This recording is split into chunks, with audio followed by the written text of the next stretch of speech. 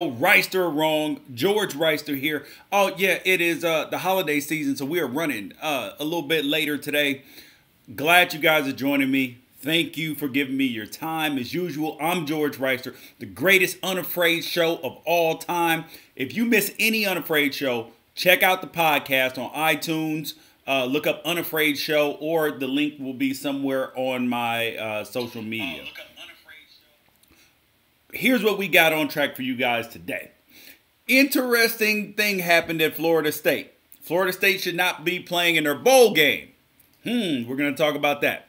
The NFL bonuses. There's a lot of huge NFL bonuses up at stake these last two games of the season. We're going to talk about those. The XFL may be on the way back. Vince McMahon saves the day, saves football. That's apparently the sale that they're trying to give you. Oregon recruiting, but just violations in general, alleged by the NCAA level 2 violations. We'll talk about that. Kentavious Caldwell-Pope. He's got 25 days in jail for a probation violation, but he's on a work release program, so he can still play but not travel with the team. This is weirdo stuff going on. And we're going to get to Sam Darnold and Josh Rosen to the Browns and why these dudes should stay in school. I would do anything possible to avoid going to the Browns. Like, under no circumstances would I be willing to jeopardize my future on going to the Browns with the way that they've been run by the Hasms the last few years. So where we're going to start up first today, though, is our quick hitters per usual. Got to give a shout out to Dick Enberg. So he died yesterday at 82 years old, a broadcasting legend. We've all heard him so many times. Prayers out to his family and his friends. Next thing up, what the hell was Michael Beasley doing last night, putting up 32 points off the bench for the New York Knicks? This is the Michael Beasley that everybody thought was going to be the Michael Beasley, and then he turned out to just be a dude. I mean, just like a guy. Next thing, so Florida State should not be playing in a bowl game right now. We learned that from a report from Reddit, of all places. They talked about one of their wins should not count. Their win against Delaware State.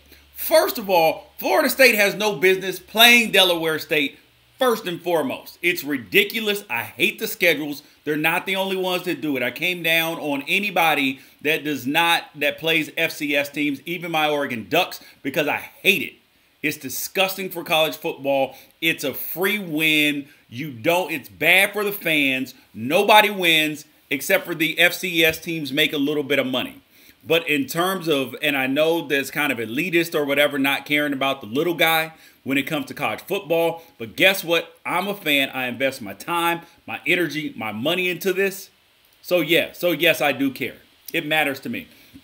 So Florida State should not be in a bowl game right now because Delaware State, with their scholarship situation, did not meet the requirements for an FCS team to be playing an FBS team and the game count. So this should have been caught, according to Brett McMurphy. He says that this should have been caught by Florida State, which probably means that they ignored it, being that they have a 36-game winning streak, bowl game streak going on that they did not want to miss. And they rescheduled the ULM game, Louisiana Monroe game, just to make sure they got a bowl game. So this is very important. So it should have been caught by Florida State, should have been caught by the ACC and the NCAA. But it's too far down the path right now, so Florida State still gets to play in the bowl game, despite like Northern Colorado and other teams that should be playing in bowl games because they're bowl eligible. Florida State goes instead. You guys make sure you swipe up, share the feed, and make sure you like and send in your comments. We will get to those as well. Public service announcement. It is Friday, November 22nd. Christmas is in 3 days. Do not be that guy that's running out to Walmart or Walgreens the night before Christmas, and you got to get your wife a curling iron or like a gift card to Starbucks. Like, you don't want to be that guy. Don't be that guy. I know you're busy with work. I know you got stuff going on, but come on. Don't be that guy. That's a disaster waiting to happen. And and don't get her like workout equipment or appliances. That doesn't go over well either. I've seen that happen in life. Doesn't go over well. The bonuses. We're going to get into the bonuses for the NFL players. I read this on ESPN earlier today, and I was kind of like, it got me to thinking like about something that happened to myself that I'm going to tell a story about, that players, when they get to the end of the season, they have bonuses in their contract. Sometimes the teams, when you see a player get benched in the end of the season, it's because of contract stuff. They don't want them to hit bonuses that they have to pay. They'll make sure they don't hit them. Here are a couple guys that you are going to want to notice who have big things going on in their contract for the offseason. I'm sorry, for these last couple games. The guy who's got the most on the line is Gronkowski. Gronkowski has the most on the line right now. This dude has already made $2 million already this year in bonuses. And no, I'm sorry, he gets $2 million more if he gets 16 catches or 183 yards or is an all-pro selection. That's an extra $2 million. So you don't want to leave that in the hands of the voters. So he needs 16 catches or 183 yards in 2 games. And I'll tell you this, what I know happens in these situations is the quarterback gets a little bit of call, even if it's Tom Brady. He gets a little call from Rob Gronkowski. He's like, hey, yo, I got some bread coming up. I got $2 million. I will buy your kids a new swing set. I'll redesign your backyard. Something, anything. Just please get me my bonus. And how do I know that that is true? Because I did it. When we were, I forget which season it was. The last game of the season when I was playing in Jacksonville one year, I was coming up on a bonus. I needed, I think, 3 catches or 4 catches coming into the game to reach my bonus. And it was a $300,000 bonus. Guess what happened? First game of the first quarter, David Garrard is in at quarterback. I catch a ball. Sammy Knight hits me, dislocates my finger while I'm catching the ball. I drop the ball. This is very important. As the game progresses, I make a few more catches. We're playing against Kansas City, last game of the season. We're not playing for anything. We're not going to the playoffs. I'm not sure if Kansas City was going to the playoffs that year. I'm pretty sure they weren't either. And game progresses. I catch a few passes. Dave Garrard ends up going out of the game for whatever reason. Quinn Gray comes in, who was our third-string quarterback at the time. And Quinn, you know, he's on a minimum contract, had been on practice squad up and down, so he hadn't made a ton of money. And I know that I'm getting super close to this bonus. Like, I need one more catch at this point in time to get this $300,000. It's 6 minutes to go in the football game, or 7 minutes to go in the football game. Kansas City has the ball. And I go over to Quinn. I'm like, yo, Quinn, I got 15 racks for you. That's $15,000. If you get me one catch, $15,000 to you, my friend.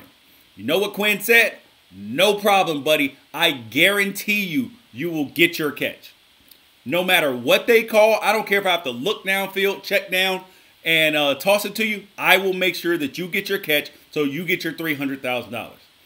Okay, so I'm all excited. I know that this is happening at this point in time because I got the quarterback all in.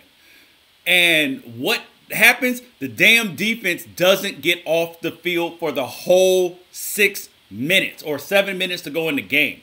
Kansas City runs the clock out. Do you understand how pissed off I was that I didn't get $300,000 because the defense couldn't get off the field? I mean, come on. Terrible. So Gronk has a lot on the line. The Falcons defensive end Adrian Claiborne has a lot on the line this week. $2 million in bonuses if he gets to 10 sacks. He's only a half a sack away. Got 2 games left. Good thing he had that 6-sack game because he damn sure wouldn't have made it to 10 if not. Adam Thielen already got $500,000 for 70 catches, $250,000 for 80 catches. He needs 70. He needs 7 more catches to get to 90, which would give him $250,000. Like, these are real things that are in people's contracts. And when you watch the end of the season, you're going to know. Watch that Rob Gronkowski and see how many catches he gets. I guarantee you see Tom Brady with a nice-ass Christmas present. He gets Rob Gronkowski those catches. I promise you that. He needs 16 catches or 183 yards. Oh, yeah. Guarantee that happens, buddy. Guarantee that happens. Another thing that we're on the lookout for is the XFL. If you don't remember back, like 2001 or so, the XFL came out. And it played only one season. It was a league that was started by Vince McMahon, who owns the WWE, and NBC. So they tried to put this league together. New camera angles, tough guy football. He hate me. You know, they got names on the back instead of their actual names. They have nicknames on the back of the uniforms. So this was a reasonable thought by by Vince McMahon, trying to create a league that wasn't going to compete with the NFL, but was going to be entertaining to fans. League only lasted 1 year. Then him and NBC lost $35 million. What happened this last week is that Vince McMahon sold $100 million worth of WWE stock. Sold it. Why did he do that? That way he turned around and filed patents for XFL, He Hate Me, and a few other things. And why is that important? That's important because he's clearly wanting to make sure that he gets back in the football business. Like, that's where it's been like widely reported. So the question is, it didn't work last time. So he failed. He admitted it was a failure. The XFL was a failure last time. So what is failure in life? An opportunity to begin again more smartly. And so last time, they had teams in Vegas, Birmingham, Memphis, Orlando, Los Angeles, San Francisco, Chicago, and New York. So they had 4 small market teams, 4 big market teams. And the game was supposed to be more violent, fewer rules. But here's the thing. Like, he can't go that route this time because A, it didn't work last time, and B, the public outcry in terms of injuries and all that stuff would just, people would go berserk. They would go berserk over hits and all that stuff, even if people signed waivers for it. So how can the XFL work? Because there are a couple ways to make this play. Because Vince McMahon has a multi-billion-dollar business with the WWE. So he's not getting into this to be the Arena Football League or to like make a nominal amount of money. No, he's in this to do something great. So what are some ways that he can make this great? Because to make it great, you have to have eyeballs, which attract sponsors. So viewership, all that. Here are a couple ideas that I see that I believe could work. Number one is kind of unconventional. And I want to know what you guys think about it.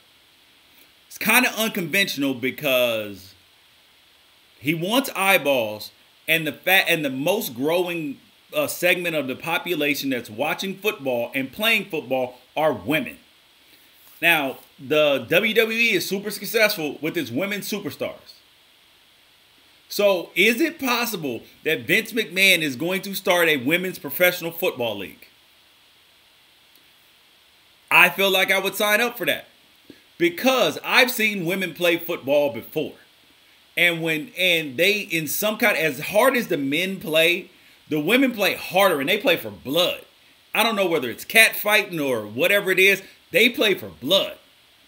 So there's an opportunity there. I know it's a little bit unconventional. Do you guys think that that's a possibility? Would you watch that? Would you watch women playing football? Tackle football. Because I'll tell you, I would. I would absolutely watch it. Another thing, another way that he can make it work is look at the WWE. What does the WWE sell? They sell storylines. They sell entertainment. So how can you, so the thing is, marrying entertainment with actual real football. And somebody did bring up the women in the lingerie football league. Yes, that was entertaining. However, it just won't be mainstream popular because it's just 2017, dude. Me Too ain't having that. Like, it's just not. The misogynistic play is out. It's just not going to work.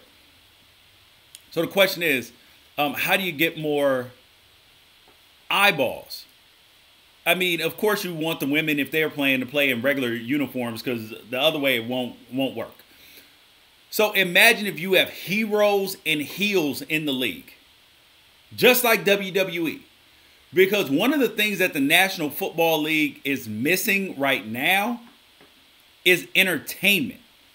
Like, they have lost their entertainment value because people want to watch.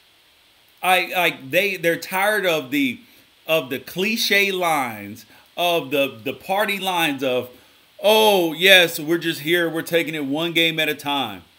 We're just playing hard, we're plugging away.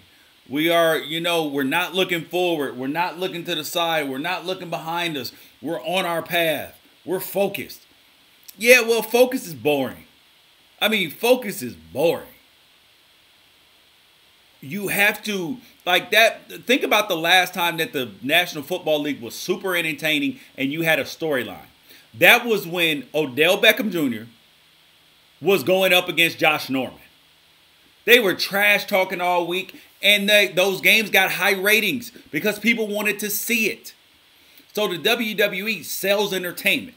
So what can they do? They can sell you heroes and heels. And what I would like to see is fan participation, because then you get people to watch your game while it's going on and participate.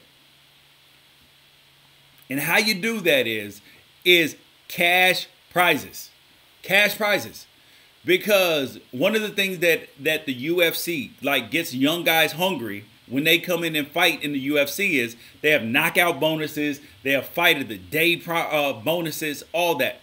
Imagine if the fans knew, I appreciate that, if all the fans knew that when you watch a game, that there is $1 million on the line for this game.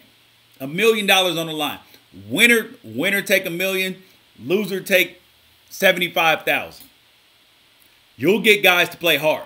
And then at the end of the game, have fans vote for the MVP. $50,000 bonus to the MVP of the game. Think about this.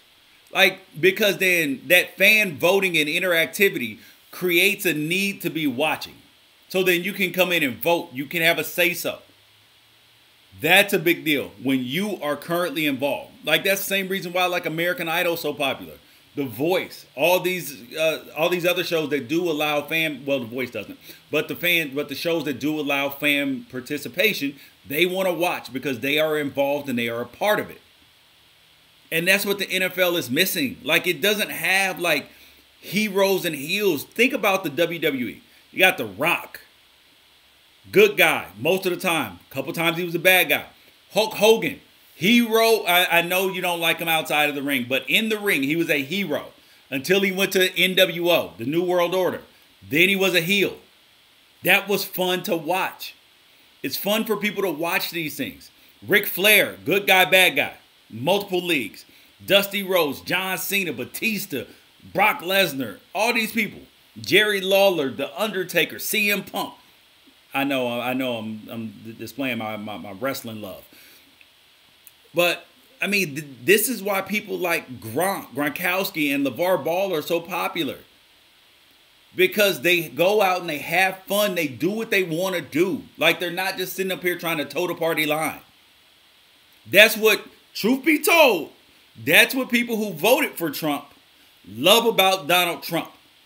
They're like, I wish he would stop talking, but I love he's not apologetic. He comes out, he says what's on his mind. That's what people are into right now. So that's what the XFL can bring that the NFL is not bringing to its fans right now. It's giving you no storylines. You got no good guys, bad guys. Everybody wants to be a good guy. Look at the NBA. The NBA is great right now.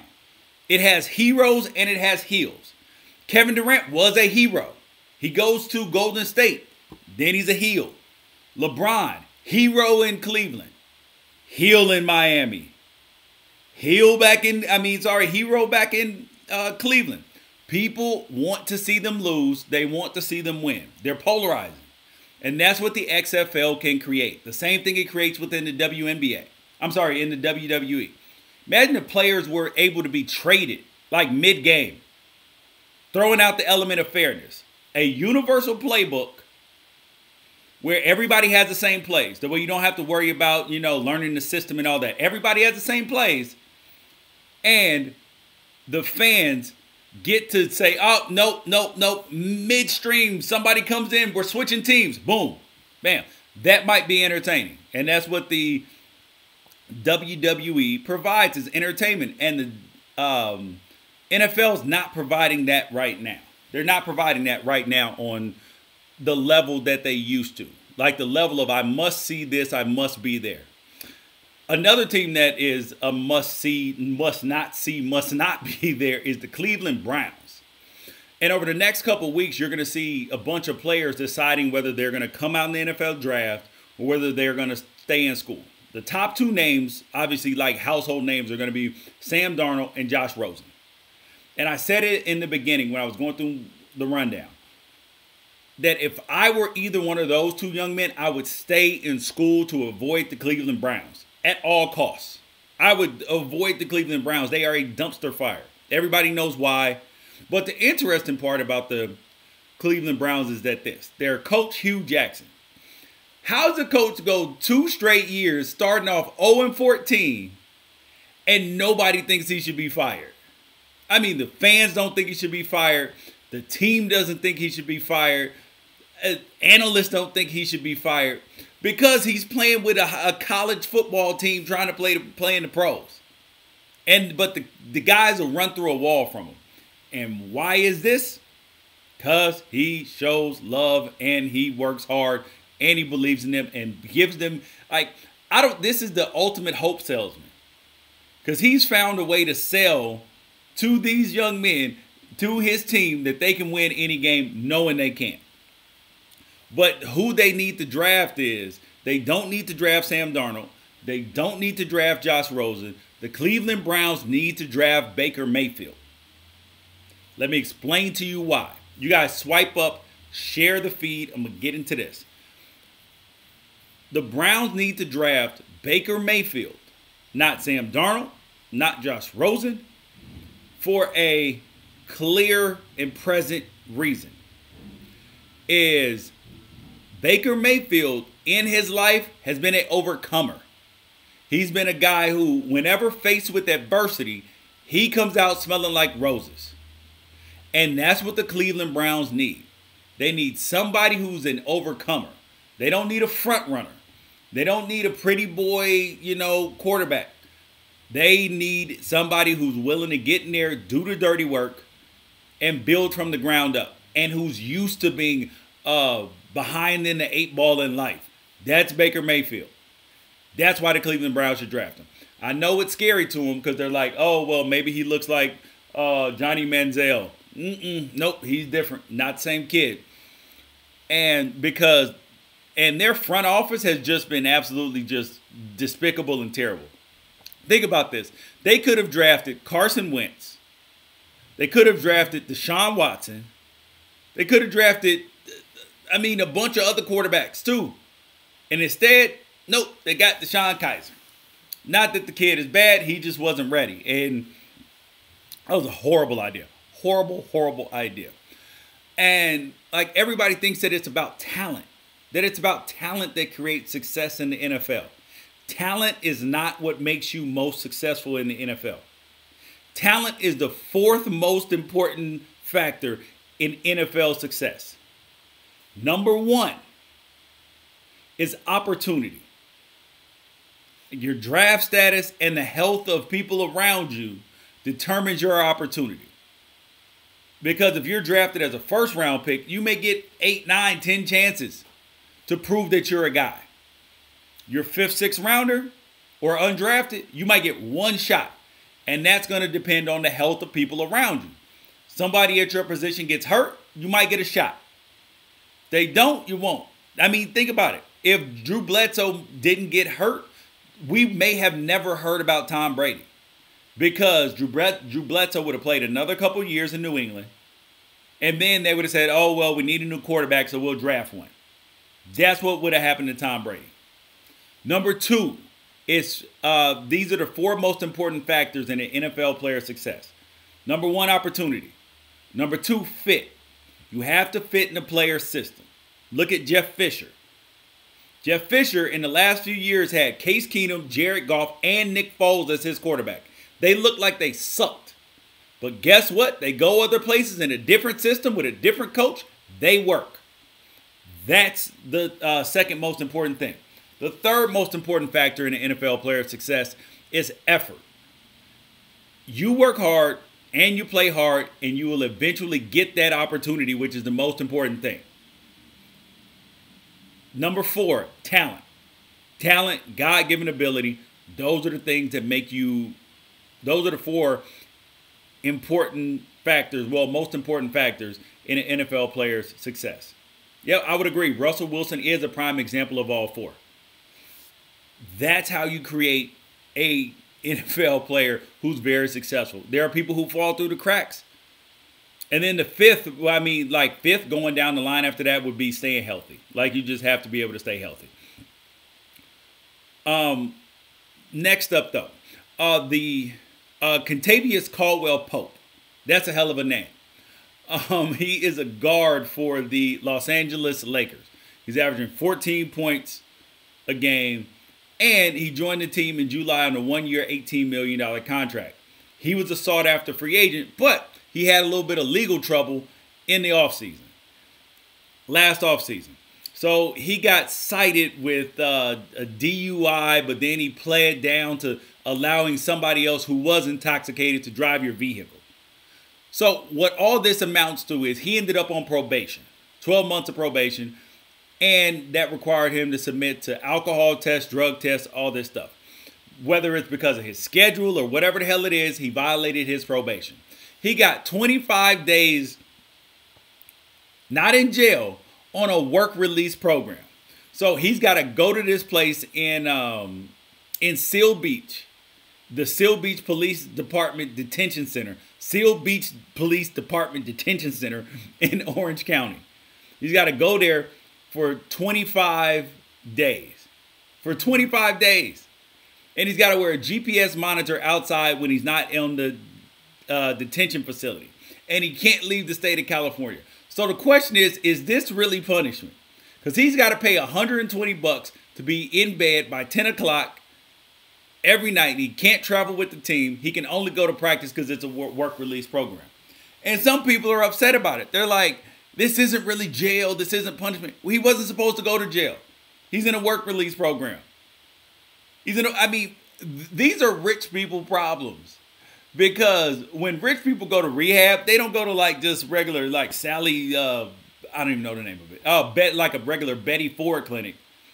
They go to like a nice rehab in Arizona. They go like Ezekiel Elliott, go down to Cabo, do whatever the hell that they have to do. That's what they do. And in this case, Caldwell-Pope's got to pay $120 a day to be in jail. Well, to be detained in a work release program. I hope that this is not like a Josh Gordon situation where he's falling through the cracks. Hopefully he made one mistake, but we'll find out very, very quickly. Because that is craziness and insanity. The last thing we have to cover today is Oregon. Oregon self-reported infractions to the NCAA. And the NCAA came back with level 2 violations. And here's what the allegations against the football team are. Is that the program created an electronic presentation. Mind you, let me explain to you how big this board is. It's probably like 2 or 3 feet by like 4 feet. It's in the center, in the sports and performance center, kind of by like the training room / equipment room around that area. They created a presentation that included each prospective student athlete's name, physical attributes, which is all publicly available, and high school highlight video, and displayed it on a board located in the football performance center. All of their highlights are available on Huddle. They're available everywhere. But this is a violation? This is insanity, man. Like, this is another case. It is, like, phenomenal to me how the NCAA could potentially give Oregon probation or some other stuff surrounding a violation like that. Or, like, for the basketball team, they had coaches refereeing like workouts. That's the violation. That's literally what it amounts to, despite the complicated wording. So between the football program doing that and the basketball programs having people referee their game, referee pickup games or workouts that their players were doing, which was illegal, makes no sense to me. Because at North Carolina, they had no jurisdiction despite them not educating the kids, putting them through makeshift BS classes. But this is a violation? Like, the hypocrisy like knows no ends. So you missed the thing with Florida State. You jam Oregon up for this. UNC gets nothing. You allow whatever the hell you want to allow. You make all the money off the players. This is, I mean, at some point in time, like, it's got to stop. At some point in time, everybody needs to be like, you know what, the NCAA, I'm just calling BS on you right now. I'm just calling it. Because I refuse to just sit up there and just co-sign this. I mean, geez Louise. That's a good point. Somebody just said the NCAA lawyers need job security, so they invent frivolous rules. I mean, what else do you expect, like, college coaches to do? Because at the point in time that I was in college, I've known players who did not come from money at all. I didn't come from money, but there were people who had less money than my family had. And, like, whether they didn't have anything to eat, their families were getting ready to get kicked out on the street, but they're out here making millions of dollars for a university. But their parents are getting ready to get kicked out in the street, and they're sending their Pell Grants home. And then they're sitting up, you know, at the school with, like, not food to eat, and a coach may give them $20, and then he's going to get jammed up for that? Like this, like he gave him a Benz? Like, come on, man. Come on. Like, we at some point in time, we have to do better than this. Because this is absolute trash by the NCAA. Like, it's not good for the players. It's not good for the fans. It's not good for anybody except for athletic directors, athletic departments, and people like that's pockets. That's the only thing who's winning right now in this situation. I mean, it is so increasingly frustrating, man. So increasingly frustrating. You guys, we will be back in the morning, though, for the White versus the Expert, the college football bowl games, because I'm getting my butt kicked in the pool right now. Getting my butt kicked in the pool. And so, yeah, so I'm not real happy about that. Thank you guys for joining me today. Unafraid Show, right or wrong. Hit us up, unafraidshow@gmail.com. Send in your comments, emails, questions, whatever it is. Peace out. We'll catch you guys tomorrow.